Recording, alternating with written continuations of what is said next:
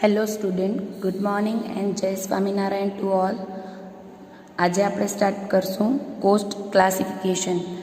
યાદ રાખજો વિદ્યાર્થી મિત્રો, આ ક્લાસિફિકેશન મોસ્ટ આઈએમપી છે. 3 વાર એટલે વર્ડ વાપરું છું કે તમે એલર્ટ થઈ જાઓ છો. જનરલી 3 વાર કહેવામાં આવે તો. હવે કોસ્ટ ક્લાસિફિકેશન એટલે થોડું ડિટેલમાં લઈશ, કારણ કે આ તમે ફક્ત બેચલરમાં નહીં, માસ્ટરમાં પણ ક્યારે પણ કાંઈ પણ એક્સ્ટ્રા ભણશો, MBA કરો છો કે MCOM કરો છો કે બીજું કંઈ પણ ભણો, ત્યારે પણ આ વસ્તુ કામ આવશે જો અત્યારે વ્યવસ્થિત રીતે શીખેલી હશે તો. બેઝ ક્લિયર નહીં હોય ને તો ગમે તેટલા સમ ગણો ને એ કામનું નથી.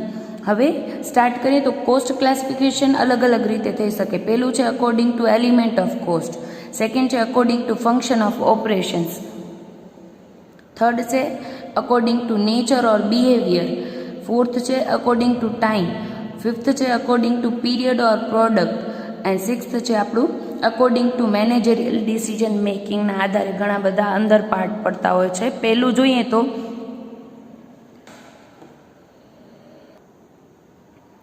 Classification according to elements. પહેલું છે ડાયરેક્ટ કોસ્ટ અને ઇનડાયરેક્ટ કોસ્ટ. આપણે બેઝ લેક્ચર પહેલો લીધો તો એમાં પણ આ વાત કરી હતી, એટલે બહુ ડિટેલમાં આમાં નહીં જાઉં, કારણ કે ઘણા બધા ક્લાસિફિકેશન પડશે. ડાયરેક્ટ કોસ્ટ એટલે એવી કોસ્ટ કે જે એક પર્ટિક્યુલર પ્રોડક્ટ કે પ્રોસેસને ડિરેક્ટલી આપણે આઈડેન્ટિફાઈ કરી શકીએ છીએ.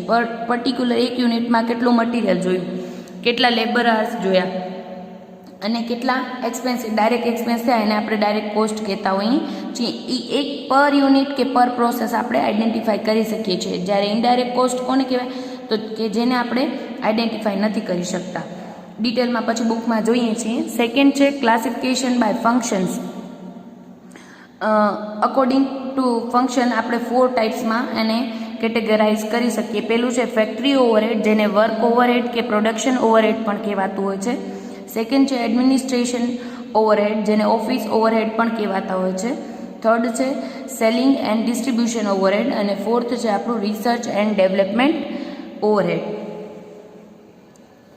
થર્ડ ક્લાસિફિકેશન છે behaviour wise classification. Behaviour wise આપણે 3 રીતે ક્લાસિફાય કરી શકીએ કોસ્ટને: ફિક્સ્ડ ઓવરહેડ, વેરિયેબલ ઓવરહેડ અને semi variable overhead. Fourth classification આપણું છે according to time. According to time આપણે 2 કેટેગરીમાં ડિવાઈડ કરી શકીએ: હિસ્ટોરિકલ કોસ્ટ અને પ્રીડિટરમાઇન્ડ કોસ્ટ. ફિફ્થ ક્લાસિફિકેશન છે આપણું according to period or product. આપણે કોસ્ટને પ્રોડક્ટ કોસ્ટ અને પીરિયડ કોસ્ટમાં ડિવાઈડ કરી શકીએ. અને છેલ્લું અને લાસ્ટ સિક્સ્થ છે ક્લાસિફિકેશન ફોર મેનેજરિયલ ડિસિઝન. આપણે માર્જિનલ કોસ્ટ એટલે કે જેને વેરિયેબલ કોસ્ટ પણ કહેવાતું હોય છે, relevant cost, differential cost, sunk cost અને ઓપોર્ચ્યુનિટી કોસ્ટમાં આપણે એને ડિવાઈડ કરી શકીએ છીએ. હવે ટેક્સ્ટમાં જઈએ તો ડાયરેક્ટ પહેલું ક્લાસિફિકેશન આપણે જોયું according to element, direct cost અને ઇનડાયરેક્ટ કોસ્ટ. ડાયરેક્ટ કોસ્ટ આપણે ખબર છે કે જે પર્ટિક્યુલર પ્રોડક્ટ વાઇઝ આઈડેન્ટિફાઈ થઈ શકે. સપોઝ કે ફર્નિચર બનાવવા માટે કેટલું વુડ વપરાયું, એક કુર્તી બનાવવા માટે કેટલું કાપડ જોઈએ, પછી અમુક શૂઝ બનાવવા માટે કેટલું લેધર જોઈશે, તો આને શું કહેવાય? Direct cost. એટલે કે એક શૂઝમાં કેટલું લેધર જોઈએ આપણે ડાયરેક્ટલી આઈડેન્ટિફાઈ કરી શકીએ છીએ. એટલે ઇનડાયરેક્ટ કોસ્ટ છે તો કે factory rent. Suppose factory rent છે તો એ કેટલા એક શૂઝ બનાવવામાં કેટલું ફેક્ટરી રેન્ટ યુઝ થયું એ ખ્યાલ ના આવે. આપણે એમ કહી શકીએ કે એક મંથનો ફેક્ટરી રેન્ટ 5000 છે અને ટોટલ મંથમાં આટલા યુનિટ બનાવ્યા છે, એમ એને પછી એટ્રીબ્યુટ કરી શકીએ. પણ આપણે પર્ટિક્યુલર એક યુનિટ કે એક પ્રોસેસ માટે જેને નથી ફાળવી શકતા એને આપણે શું કહીએ છીએ? ઇનડાયરેક્ટ કોસ્ટ કહેતા હોઈએ છીએ. હવે ફર્ધર ડિવાઈડ કર્યા તો આપણે પાર્ટ એના ડાયરેક્ટ કોસ્ટના 3 પાર્ટ પડી શકે: ડાયરેક્ટ મટીરિયલ, ડાયરેક્ટ લેબર અને ડાયરેક્ટ એક્સપેન્સીસ. આપણે યાદ છે ડાયરેક્ટ મટીરિયલ કોને કહેવાય તો કે આ હમણાં જે આપણે એક્ઝામ્પલ લીધું કે વુડ છે, જે ફર્નિચરમાં વુડ વપરાય છે એને આપણે શું કહીએ છીએ? ડાયરેક્ટ મટીરિયલ કહીએ છીએ. શૂઝ માટે જે લેધર વપરાય છે એને આપણે શું કહીએ છીએ? ડાયરેક્ટ મટીરિયલ કહેતા હોઈએ છીએ. ડાયરેક્ટ લેબર કોને કહેવાય તો મેં પહેલાં લાસ્ટ લેક્ચરમાં પણ એક્ઝામ્પલ આપેલું કે કુર્તી બનાવવા માટે તમે કેટલું કાપડ વપરાયું કે કયા દરજીને તમે જે વેજીસ પે કરો છો એને આપણે શું કહીએ છીએ? ડાયરેક્ટ લેબર કહેતા હોય છે, કારણ કે એ પ્રોડક્શન સાથે ડિરેક્ટલી જે રિલેટેડ છે એ વ્યક્તિને જે વેજીસ પે કરવામાં આવે છે એને આપણે શું કહીએ છીએ? ડાયરેક્ટ લેબર કહીએ છીએ. સપોઝ કે wages paid to carpenter for making furniture બનાવવા માટે જે કાર્પેન્ટરને આપણે વેજ પે કરી છે એ, પછી શૂ મેકર હોય એને આપણે શૂઝ બનાવવા માટે જે વેજ પે કર્યો એને આપણે શું કહેતા હોઈએ છીએ? દરજીને કોઈ વેજીસ પે કર્યો પર કુર્તી બનાવવા માટે તો એને આપણે ડાયરેક્ટ લેબર કહેતા હોઈએ છીએ. ડાયરેક્ટ એક્સપેન્સીસ તો કે it includes any expenditure other than direct material and direct labour incurred on a specific cost unit. નાના એક્સપેન્સીસ જનરલી ડાયરેક્ટ એક્સપેન્સમાં આવતા હોય છે, જેને આપણે ડાયરેક્ટ મટીરિયલ કે ડાયરેક્ટ લેબરમાં નથી આપી શકતા, એને આપણે ડાયરેક્ટ એક્સપેન્સમાં લખતા હોઈએ છીએ.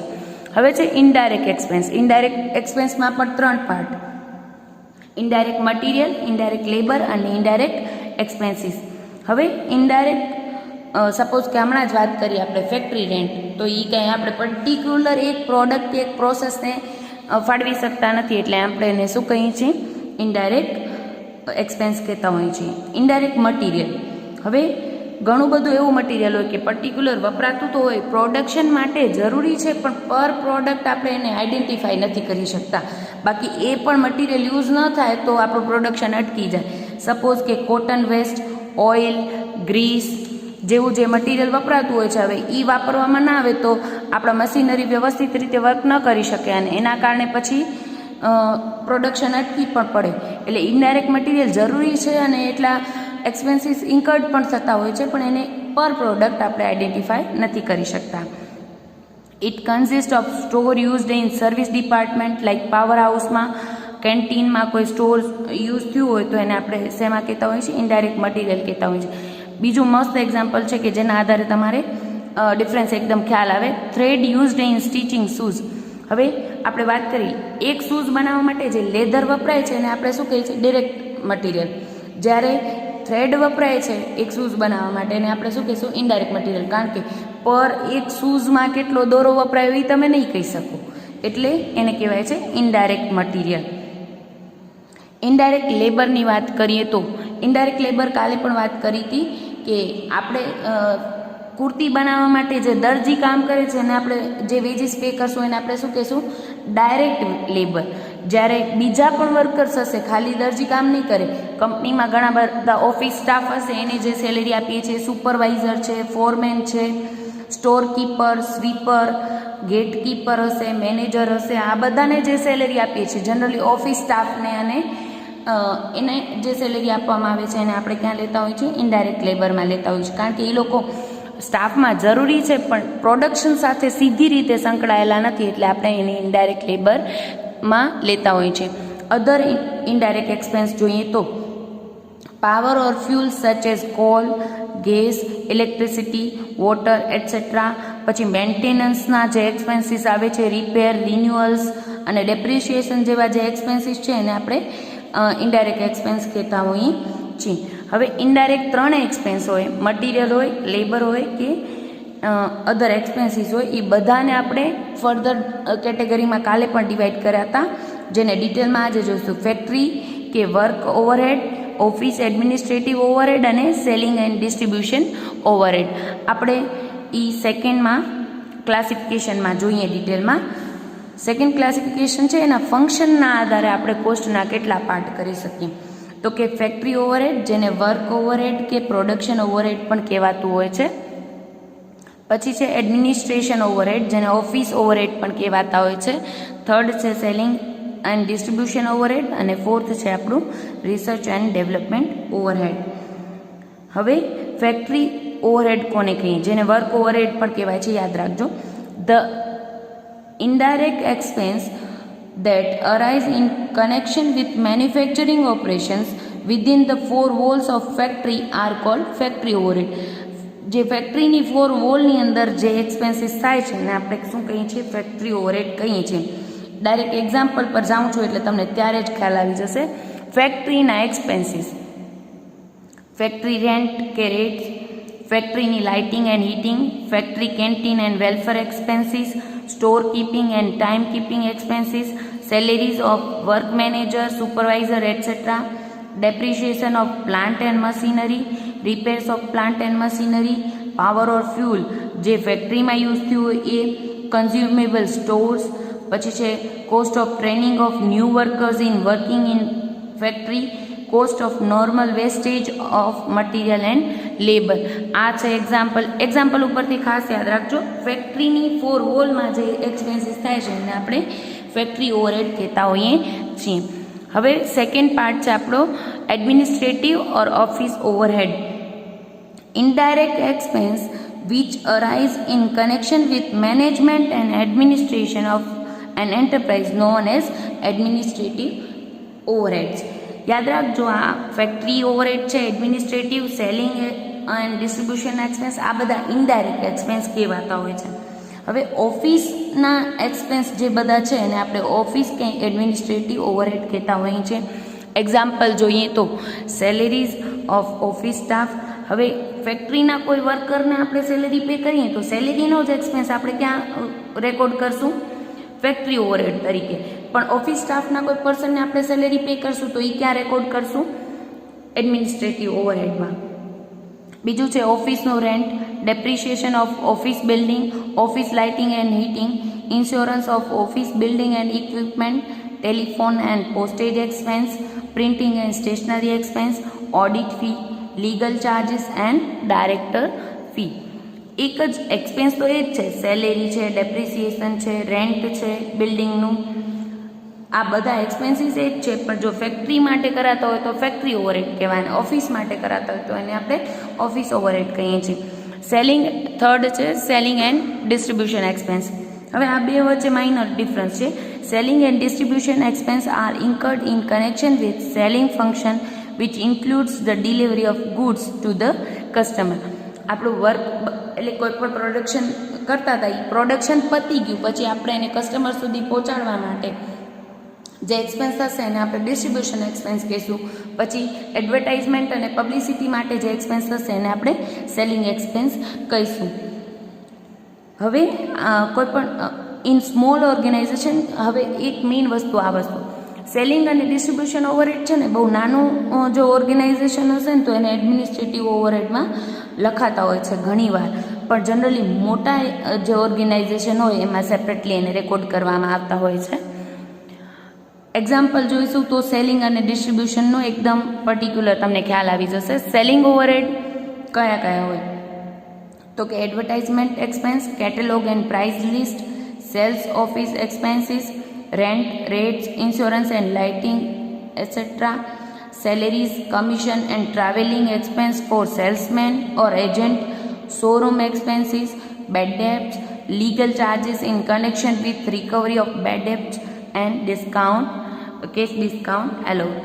અને ડિસ્ટ્રીબ્યુશન ઓવરહેડ જોઈએ તો આપણે અહીંયા પ્રોડક્શન યુનિટથી કરી અથવા આપણી ફેક્ટરીથી કરીને આપણે જ્યાં મટીરિયલ સેલ કરવાનું છે, આપણું પ્રોડક્ટ સેલ કરવાનું છે ત્યાં પહોંચાડવા માટેના જે એક્સપેન્સ થાય એને આપણે ડિસ્ટ્રીબ્યુશન કોસ્ટ કહેતા હોઈએ છીએ. Rent and rates of insurance of warehouse, ગોડાઉનનું જે રેન્ટ હોય એ, packing charges, cost of upkeep and maintenance of delivery van. Delivery van માટે તમે જે એક્સપેન્સ કર્યો હોય ડિસ્ટ્રીબ્યુશન કહેવાય, કારણ કે અહીંયાથી ત્યાં પહોંચાડવા માટે ડિલિવરી વાન હોય છે.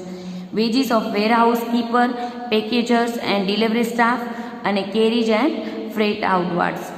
હવે ક્લાસિફિકેશન જોઈએ. થર્ડ ક્લાસિફિકેશન છે આપણું બિહેવિયર વાઇઝ ક્લાસિફિકેશન. યાદ રાખજો વિદ્યાર્થી મિત્રો, આ બહુ ડિટેલમાં એટલે લઉં છું, ફક્ત બેચલરમાં નહીં માસ્ટરમાં પણ આ તમને કામ આવશે. કારણ કે ઘણી બધી વાર વિદ્યાર્થીઓ સમ ગણવામાં બહુ ટાઈમ લગાડતા હોય છે, પણ જ્યારે તમે આગળ ભણીને જ્યારે ઇન્ટરવ્યૂમાં જાશો ત્યારે કોઈ સમ નહીં પૂછે, આવા બેઝિક્સ તમને પૂછવામાં આવે અને માઇનોર ડિફરન્સ હોય છે બધા વચ્ચે, એટલે એ ખ્યાલ હોવો જોઈએ. થર્ડ ક્લાસિફિકેશન લઈએ છીએ બિહેવિયર વાઇઝ ક્લાસિફિકેશન. એમાં 3 કેટેગરી આવે: ફિક્સ્ડ ઓવરહેડ, વેરિયેબલ ઓવરહેડ અને semi variable overhead.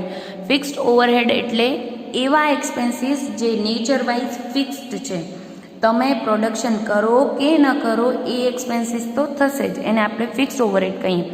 This are expenses which are not affected by level of output at least in the short run. They are known as fixed overhead. Suppose કે મેનેજરની salary, અને આ expenses એવા હોય છે જે unavoidable expense હોય છે. ફેક્ટરી રેન્ટ છે, તમે પ્રોડક્શન ઓછું કરો કે વધુ કરો પ્રોડક્શન કે ન કરો, પણ ફેક્ટરીનું રેન્ટ તો આપવું જ પડશે. તો આને શું કહેવાય? Fixed overhead. એક્ઝામ્પલ લઈએ.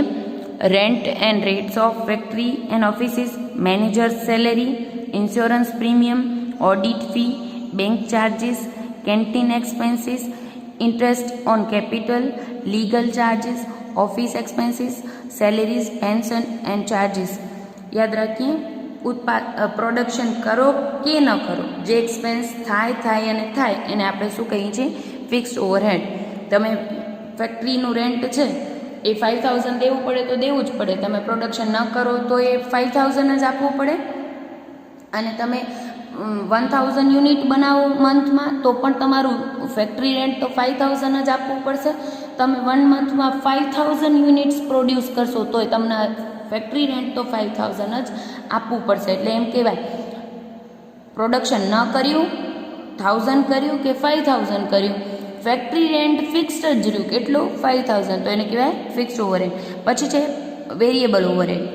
There are certain expenses which vary directly with the volume of output. They are known as variable overhead.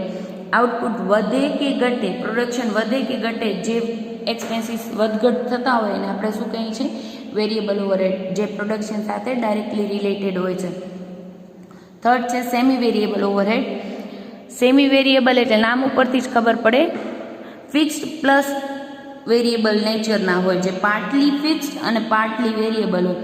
Expenses which change with the volume of output but not direct proportion to it are semi-variable overheads.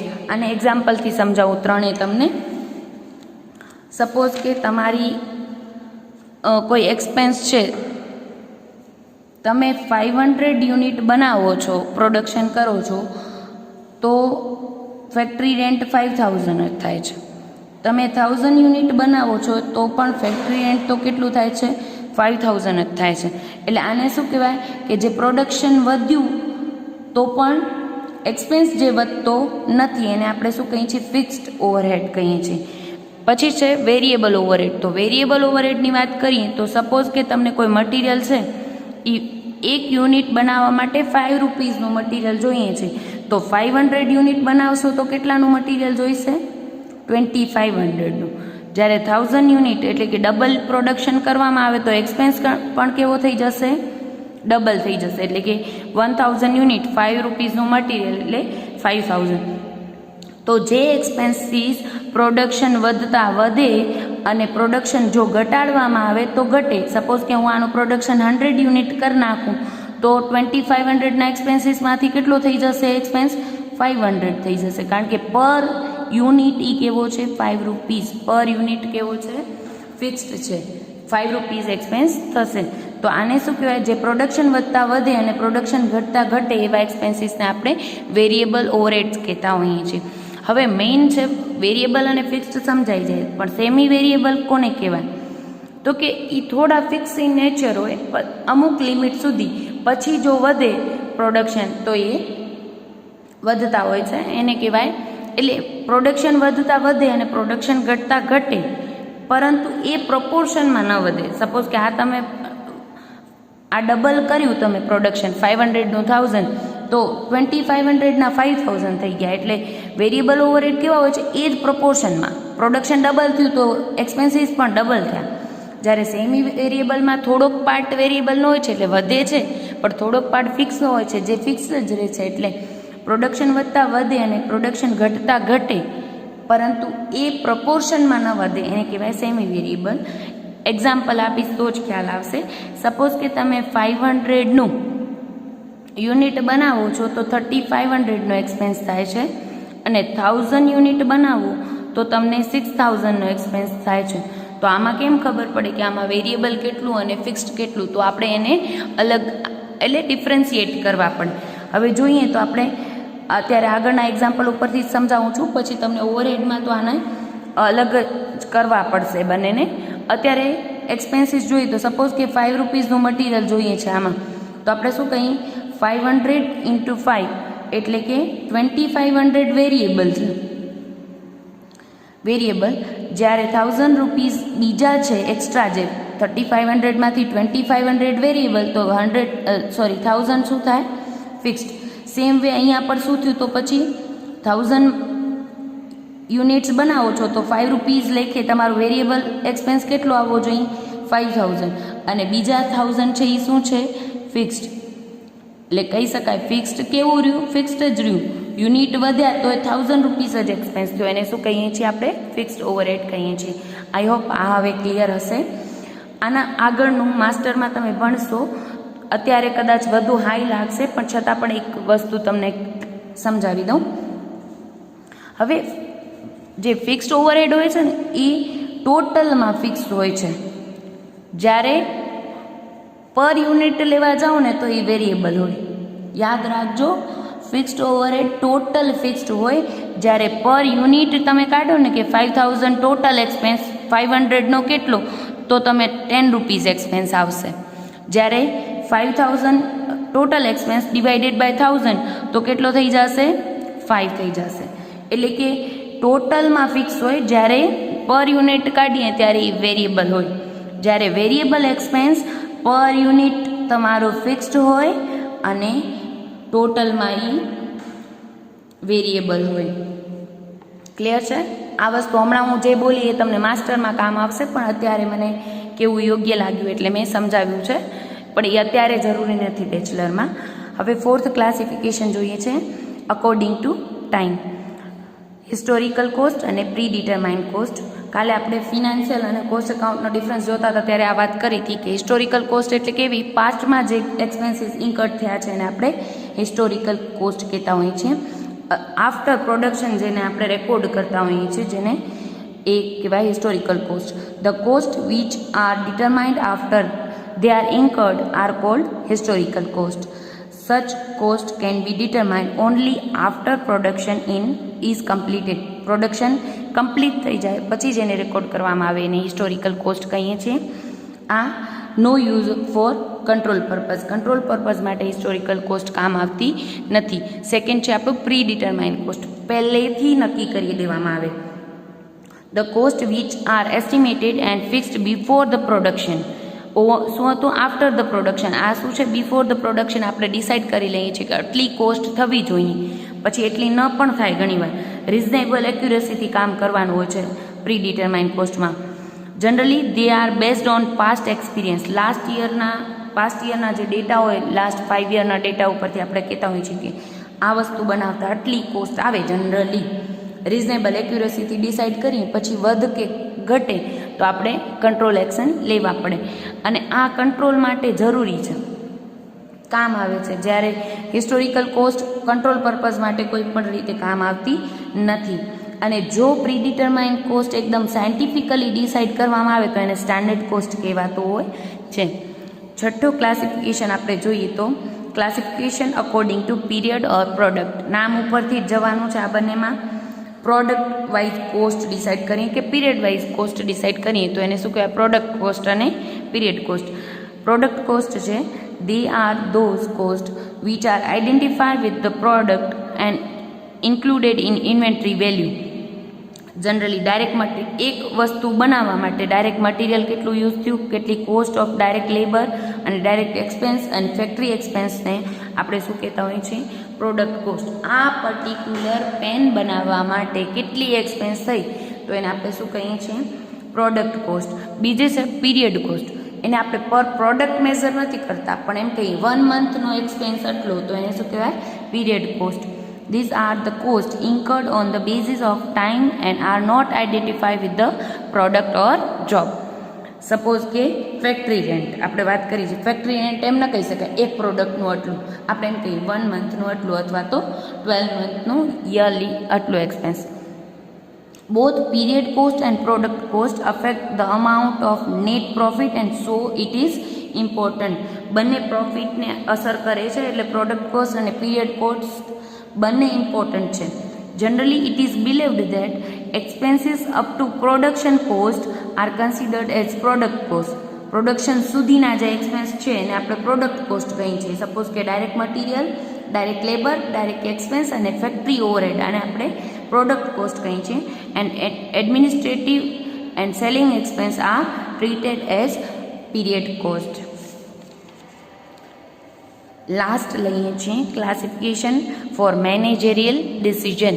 મેનેજમેન્ટને decision લેવા માટે કામ આવે એ રીતનું classification કરીએ તો પહેલું છે માર્જિનલ કોસ્ટિંગ. સેમ 5માં તમે આ આખું ચેપ્ટર ભણશો. માર્જિનલ કોસ્ટિંગ એટલે વેરિયેબલ કોસ્ટિંગ જેને કહેતા હોઈએ છીએ. ઇન શોર્ટ કહું તો વેરિયેબલ કોસ્ટ એટલે જ marginal cost. Marginal cost is the that which include only variable cost and does not include fixed cost. કોઈ પણ મેનેજમેન્ટને ડિસિઝન લેવા માટે વેરિયેબલ કોસ્ટ ઉપર ફોકસ કરવું બહુ જરૂરી છે, કારણ કે પ્રોડક્શન વધશે કે ઘટશે, ફિક્સ્ડ કોસ્ટ તો એટલી જ પે કરવી પડશે. પણ વેરિયેબલ કોસ્ટ કેવી છે, પ્રોડક્શન વધવા કે ઘટવાથી વધે કે ઘટે છે, એટલે મેનેજમેન્ટને ડિસિઝન લેવા માટે માર્જિનલ કોસ્ટ એટલે કે વેરિયેબલ કોસ્ટ ઉપર ફોકસ કરવું પડતું હોય છે. મેનેજરિયલ ડિસિઝન મેકિંગના આધારે જ આ પાર્ટ છે, તો યાદ રાખવાનું મેનેજમેન્ટને ડિસિઝન લેવા માટે કઈ કોસ્ટ કામ આવે એને આપણે મેનેજરિયલ ડિસિઝન માટેની કોસ્ટ કહેતા હોય છે. સેકન્ડ છે રિલિવન્ટ કોસ્ટ. નામ ઉપરથી જ ખબર પડે જે રિલિવન્ટ છે. Relevant cost is any cost which is affected by a decision. આ ડિસિઝન લેશું તો આવું જ પરિણામ આવશે, તો એને શું કહેવાય, relevant cost. While taking decision about selecting an alternative from 3 or 4 alternatives, there are certain costs which must be taken into consideration, which are relevant cost. કોઈ પણ ડિસિઝન લેતા પહેલાં જો આને ધ્યાનમાં નહીં લેવામાં આવે તો ડિસિઝન ખોટું પડશે, એવી જે કોસ્ટ હોય એને આપણે રિલિવન્ટ કોસ્ટ કહેતા હોઈએ છીએ. થર્ડ છે ડિફરન્શિયલ કોસ્ટ, જેને ડિફરન્સ અલગ પાડી શકાતી હોય એવી કોસ્ટને આપણે શું કહીએ, differential cost. The concept of differential cost plays an important role in decision making. Suppose કે અમુક ડિસિઝન લેવાથી કોસ્ટ વધી જતી હોય તો એની ઇન્ક્રીમેન્ટલ કોસ્ટ કહેવાય. અમુક ડિસિઝન લેવાથી કોસ્ટ ઘટી જતી હોય તો એની ડિક્રીમેન્ટલ કોસ્ટ કહેવાય છે. The increase or decrease in total cost at particular level of activity with respect to another is non-differential cost. Fourth છે સંક કોસ્ટ. સંક કોસ્ટ એટલે કે હિસ્ટોરિકલ કોસ્ટ, જનરલી કે જે પાસ્ટમાં અમુક એક્સપેન્સ થઈ ગયા છે, હવેના ડિસિઝન મેકિંગમાં જેનું કોઈ કામ જ નથી અથવા હવેના ડિસિઝનમાં જે કોઈ રીતે ઇફેક્ટ કરી શકે એમ નથી, એને કહીશું આપણે sunk cost. The cost which have been incurred in the past and which is irrecoverable in the given situation is sunk cost or historical cost. Suppose કે આપણે અને ખાસ કરીને કોઈ પણ પ્રોડક્શન યુનિટ હોય એને આ ડિસિઝન મેકિંગ માટે જરૂરી છે, ઓલરેડી જે એક્સપેન્સ પહેલાં થઈ ચૂક્યા છે ને એનો અત્યારે કાંઈ ડિસિઝન ઉપર ઇફેક્ટ નથી પડતું, એને આપણે સંક કોસ્ટ કહીએ છીએ. અને લાસ્ટ છે ઓપોર્ચ્યુનિટી કોસ્ટ, બહુ મહત્વનું, opportunity cost. Opportunity cost is very useful concept in managerial decision making. Van a manager is considering 2 alternatives and select one, he has thus foregone the income from the second alternative. Thus the income foregone from second alternative is opportunity cost of the first alternative which is selected. આમાં example આપ્યું છે, એનાથી સમજશું તો વધારે ખ્યાલ આવશે. Suppose કે એક ફેક્ટરી છે, એ ઓલરેડી તમારા 1 લાખ યુનિટ્સ પ્રોડ્યુસ કરતી જ હતી. હવે એક્સ્ટ્રા કેપેસિટી બચી છે તો એની પાસે 2 ઓપ્શન છે, એ અને બી ટાઈપનું પ્રોડક્ટ બનાવવાની. સપોઝ કે એના યુનિટ બનાવે છે, એના 50,000 યુનિટ બનાવે છે તો એને 1 લાખ પ્રોફિટ થાય એમ છે. વધારાની કેપેસિટીનો યુઝ કરીને એના 50,000 યુનિટ બનાવે તો 1 લાખનો પ્રોફિટ થાય એમ છે. અને જો બીનું પ્રોડક્શન કરે તો એ એટલી કેપેસિટીમાં 20,000 યુનિટ બનાવી શકે એમ છે, અને એમાંથી એને સપોઝ કે 70,000નો પ્રોફિટ થાય છે. તો એ કયો અલ્ટરનેટિવ, 2 અલ્ટરનેટિવ હોય એમાંથી કયો અલ્ટરનેટિવ સિલેક્ટ કરશે? ઓબ્વિયસલી જેમાં વધુ પ્રોફિટ થતો હશે. તો સપોઝ કે એ ડિસાઇડ કરે છે કે એ મારે પ્રોડક્શન કરવું, તો જ્યારે એકના સિલેક્શનથી બીજી જે ફોરગોન કરવું પડે, આના માટે જે પ્રોફિટ થતો તો એ ફોરગોન કરવો પડે, જતો કરવો પડે, તો આને શું કહેવાય? આ પ્રોડક્શન માટેની 70,000 શું કહી શકાય? ઓપોર્ચ્યુનિટી કોસ્ટ કહી શકાય. Thank you.